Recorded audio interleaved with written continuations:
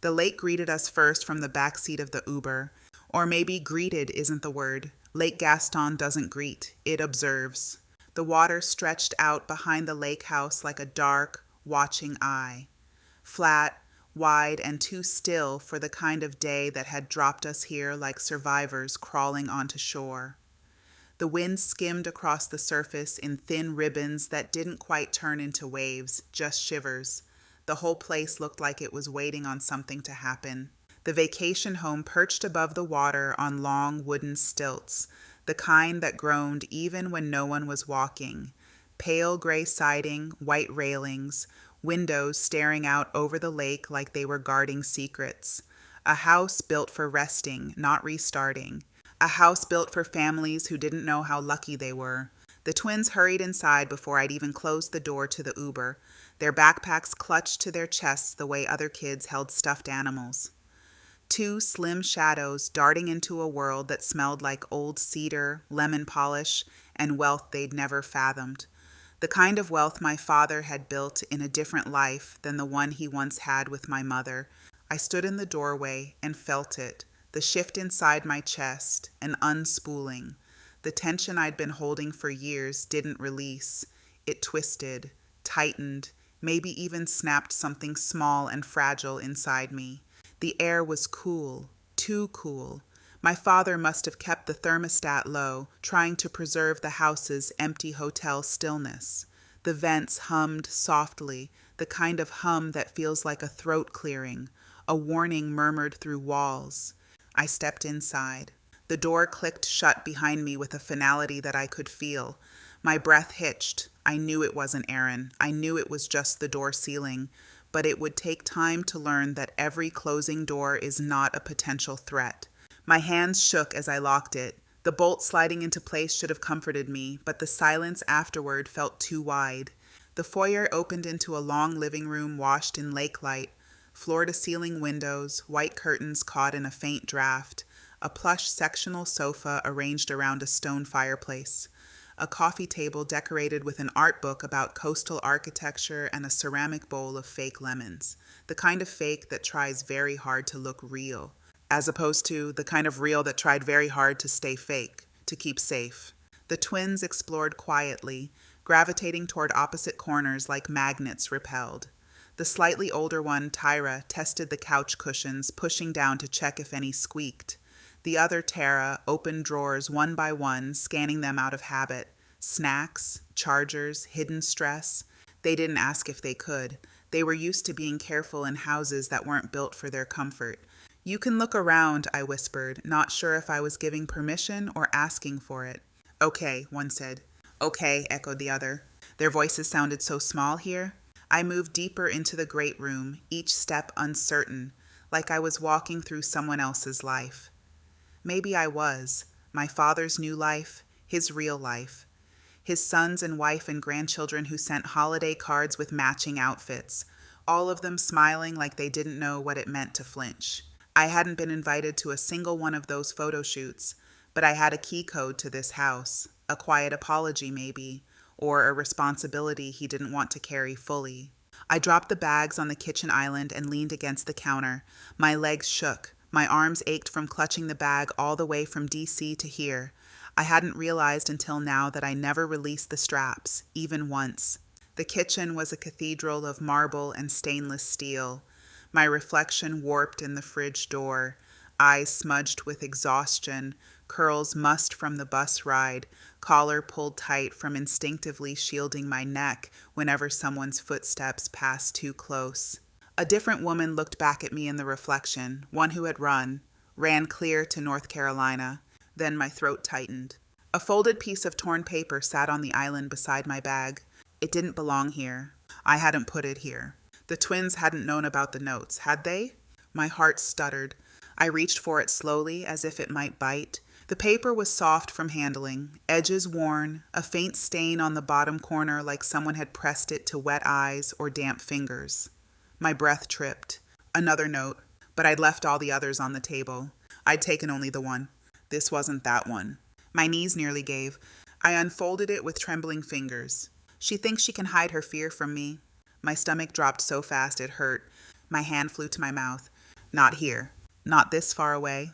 Not this house that wasn't his. How? I whispered. One of the twins looked over. Mom?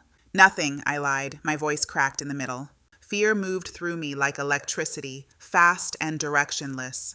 I scanned the room for signs, footprints, shadows, movement, anything, but the house was still, too still.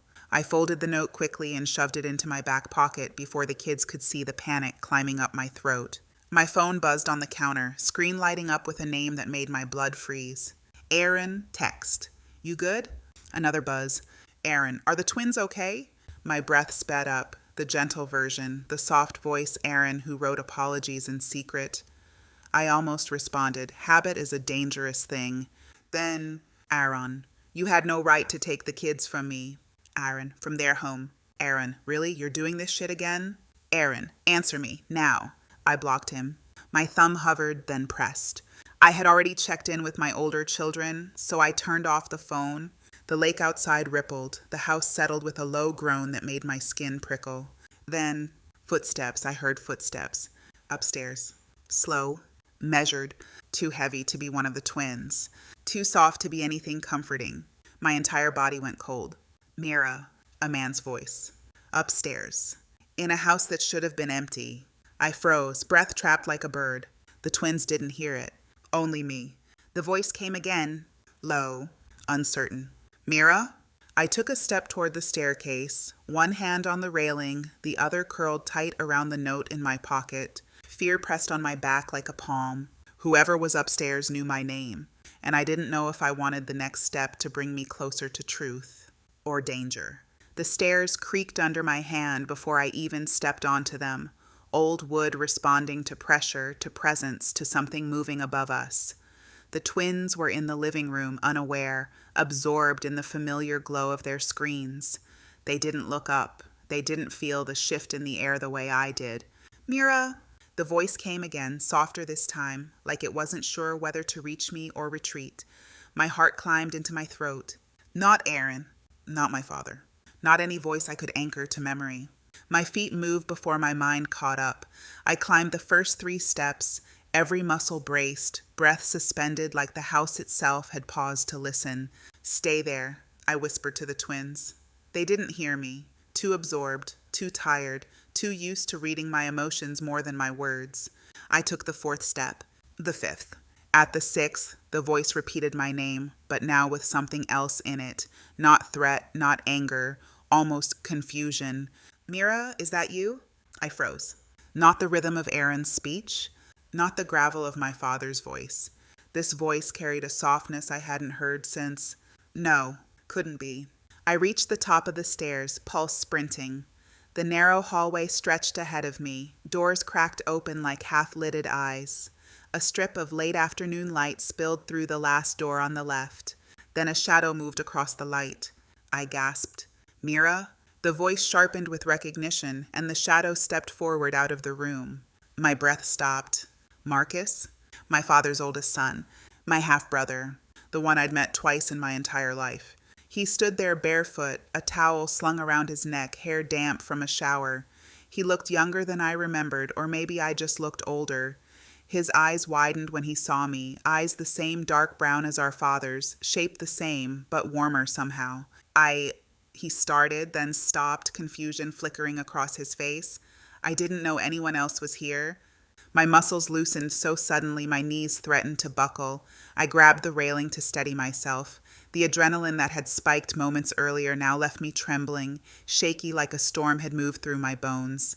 I thought you were overseas, I whispered. I came home last night, he said. Dad said I could stay here a few days before heading to Norfolk. I didn't know he gave you the code too. Oh, that explained the footsteps, the shower, the unfamiliar voice, a safe one. But my body didn't believe it yet. It kept shaking, internal alarms still blaring like sirens no one else could hear. Marcus stepped back, hands raised slightly, not in fear but in respect. You okay? I nodded too quickly. Yeah, I just didn't expect anyone. He glanced past me, noticing the way my shoulders hunched, the way one hand clutched the railing like a weapon, the way I kept glancing downstairs to check on the girls. Something softened in his expression, something that looked dangerously like concern. "I'm sorry," he said quietly. "Didn't mean to scare you." I swallowed hard. "It's fine." "It's not," he said gently.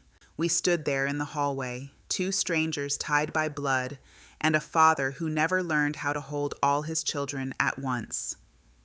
I searched Marcus's face, looking for the version of him I remembered. A polite teenager at a barbecue who offered me a soda and avoided eye contact, aware even then that the worlds we lived in weren't equal. Now he stood in front of me as an adult, grounded, steady, wearing an expression that told me he knew how to read tension in a room, the kind of read that comes from experience or training or both.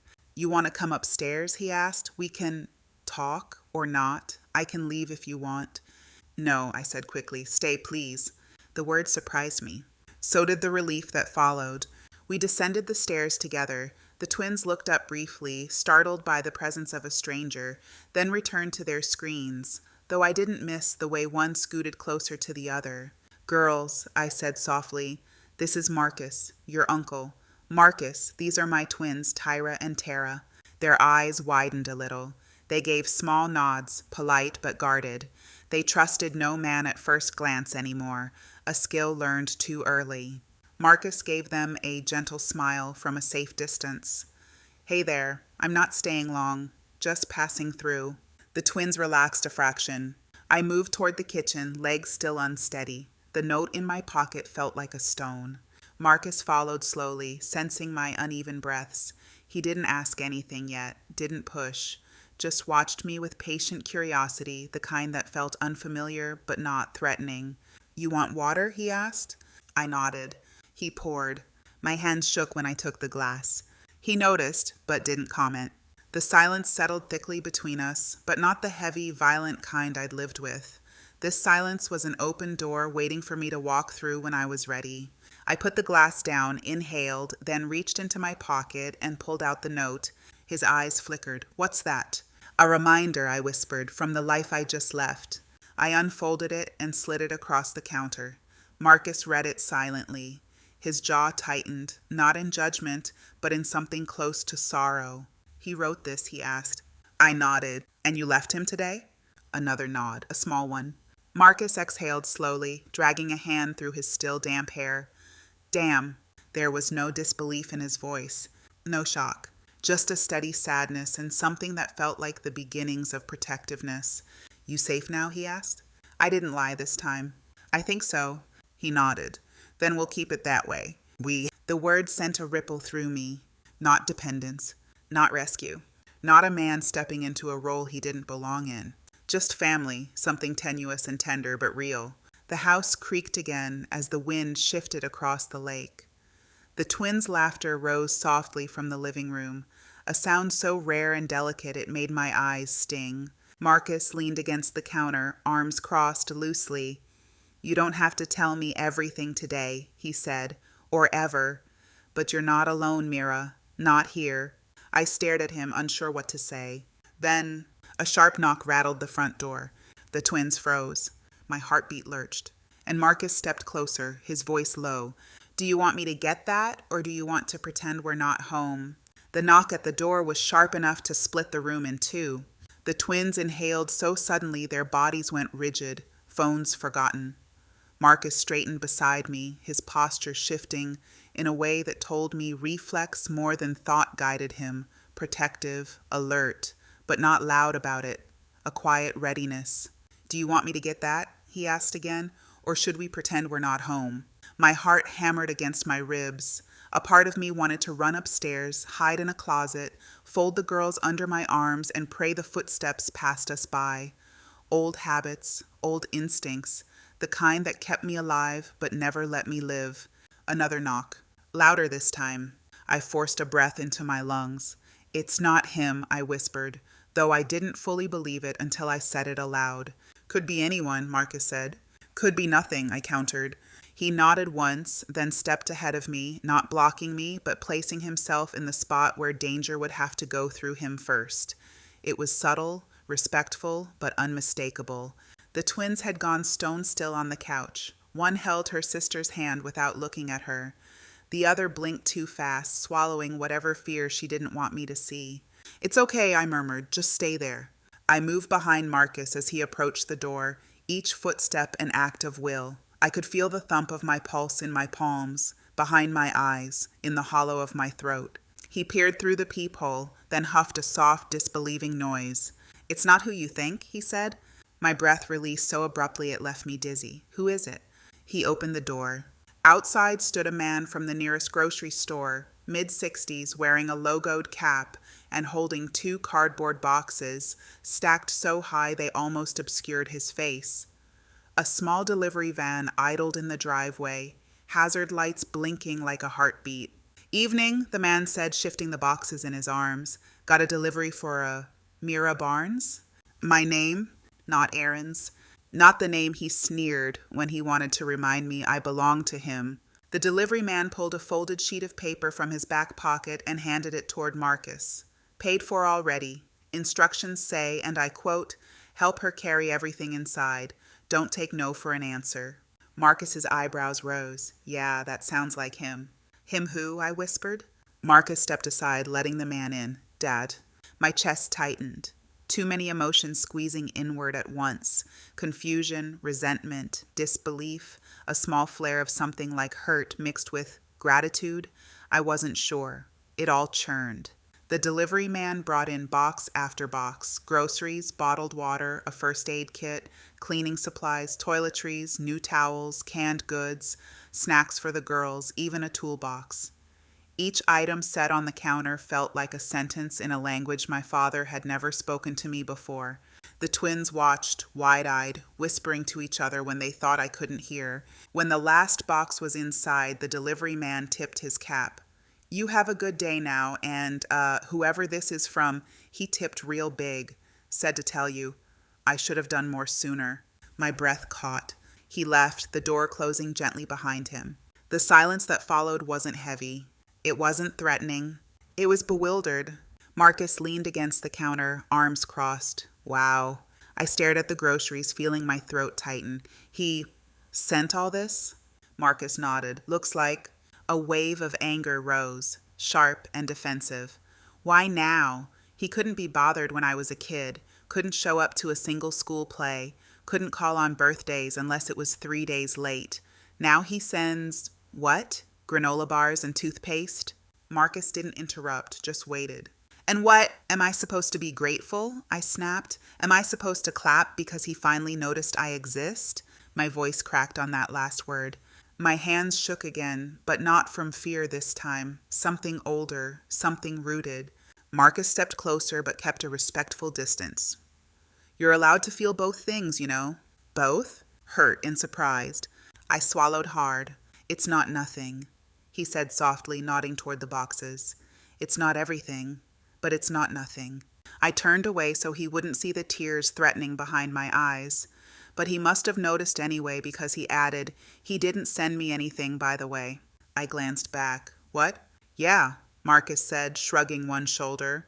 "I came home from deployment, walked into an empty house, fridge full of air, mailbox overflowing, no care packages, no welcome home dinner, not even a text. So don't get it twisted. This isn't normal for him." I blinked at him. "But why would he send things for me?" Marcus hesitated, then said the one thing I wasn't prepared to hear. "I think he's trying, Mira, clumsily, late, but trying." The words hit me harder than the note in my pocket, harder than the memory of Aaron's face when I walked out, harder than the silence that followed. Dad trying.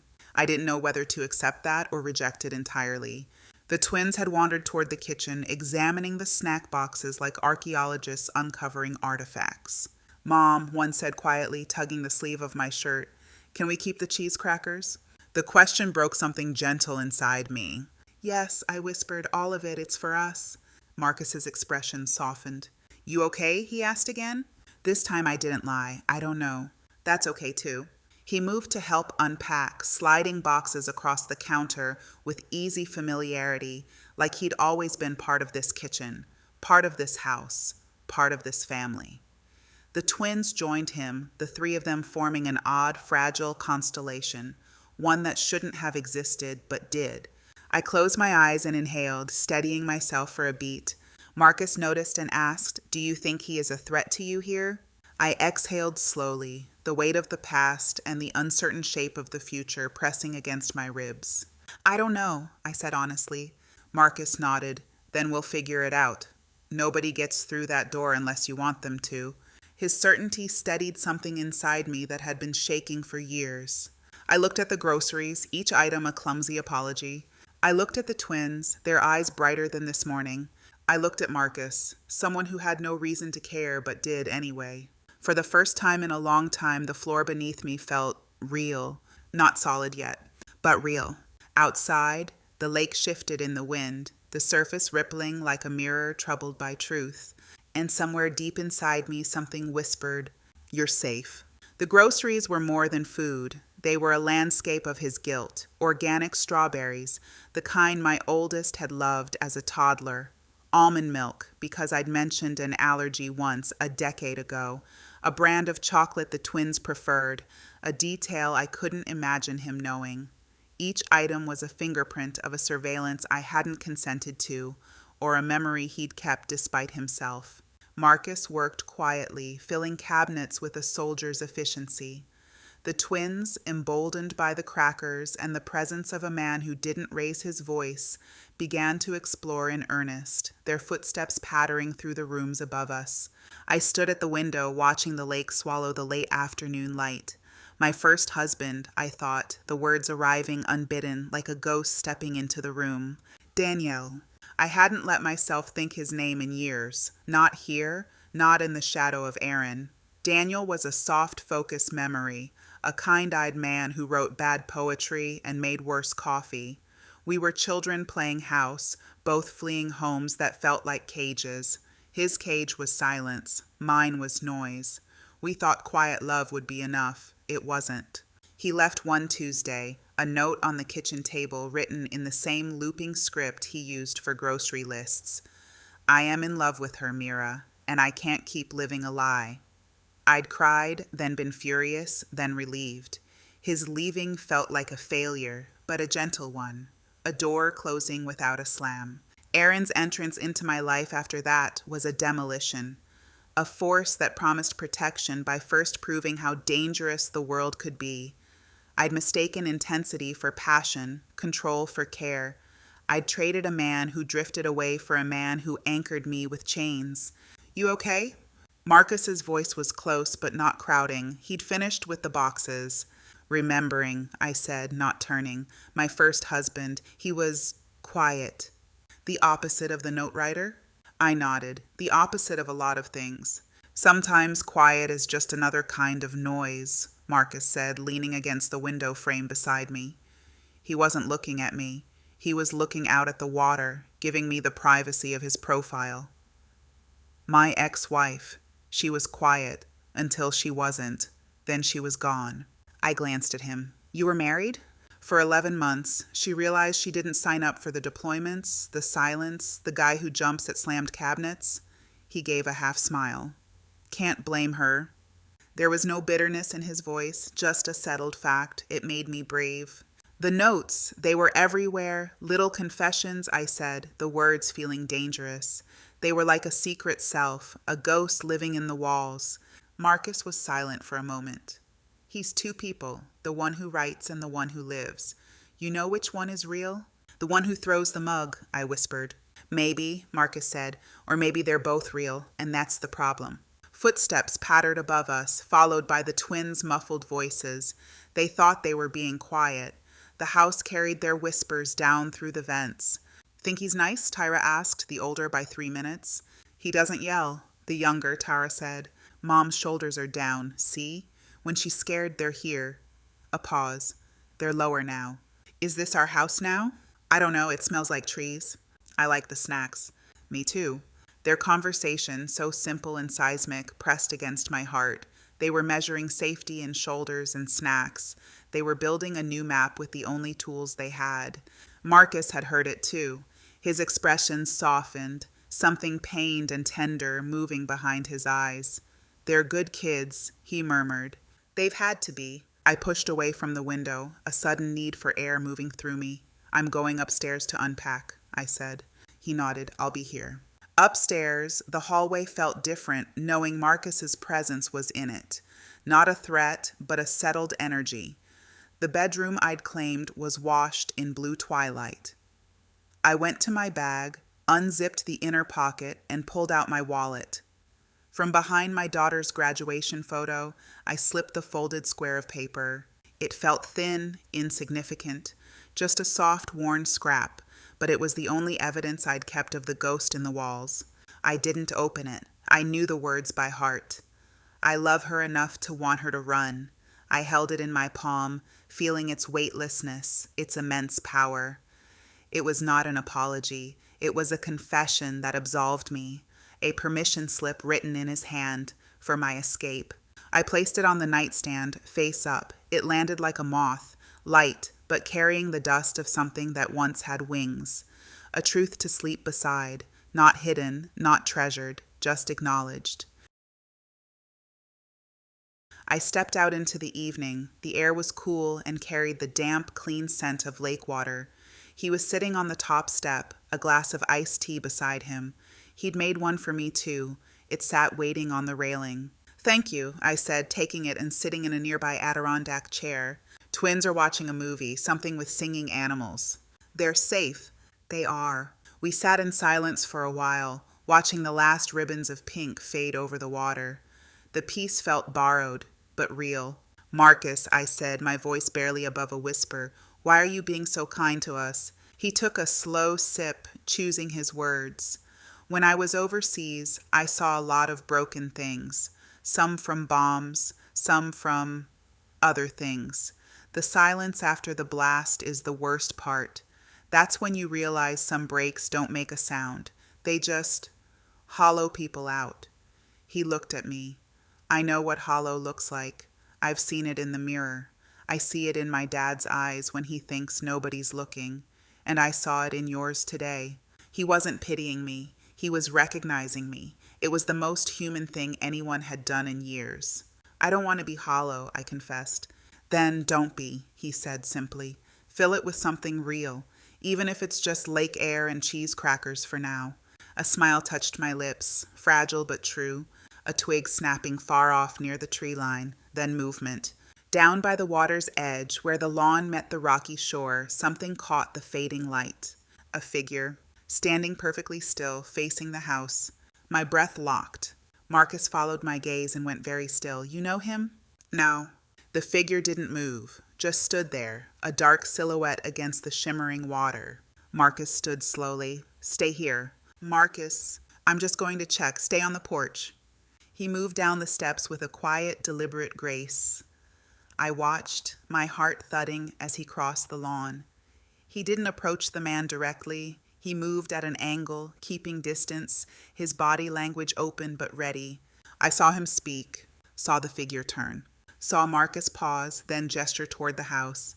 The man nodded once, then turned and walked away, disappearing into the tree line that bordered the property.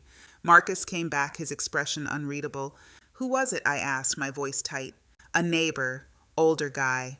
Said he saw the lights on, knew the house was usually empty, wanted to make sure nobody was trespassing. Marcus watched the tree line. He asked if Mira was here. Ice trickled down my spine. He knew my name? Said Dad told him you might be coming. Asked him to keep a distant eye out. Marcus looked at me. Protection or surveillance? The old paranoia, the familiar chill, started to rise. Then I saw Marcus's face, not worried but thoughtful. You think it's protection? I asked.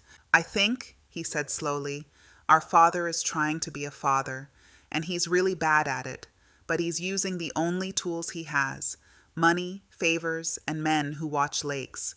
It should have felt suffocating. Instead, it felt clumsy, a bear trying to knit a sweater. I hate that I don't know whether to be angry or grateful, I said. Be both, Marcus said. Be everything. You've earned the right to feel it all. He went inside to check on the twins. I stayed on the porch as full dark settled, the lake transforming into a vast black mirror reflecting a sky thick with stars I'd forgotten could exist. The single note was upstairs on the nightstand. The twins were safe and happy. A brother I barely knew was playing protector. A father was trying from a distance. A husband's ranting was blocked, but not gone. And a neighbor was somewhere in the trees keeping watch. It wasn't peace. It wasn't an ending. It was a breath held between what was and what could be. I took a sip of the tea. It was both bitter and sweet. Inside, the twins laughed at something on the screen.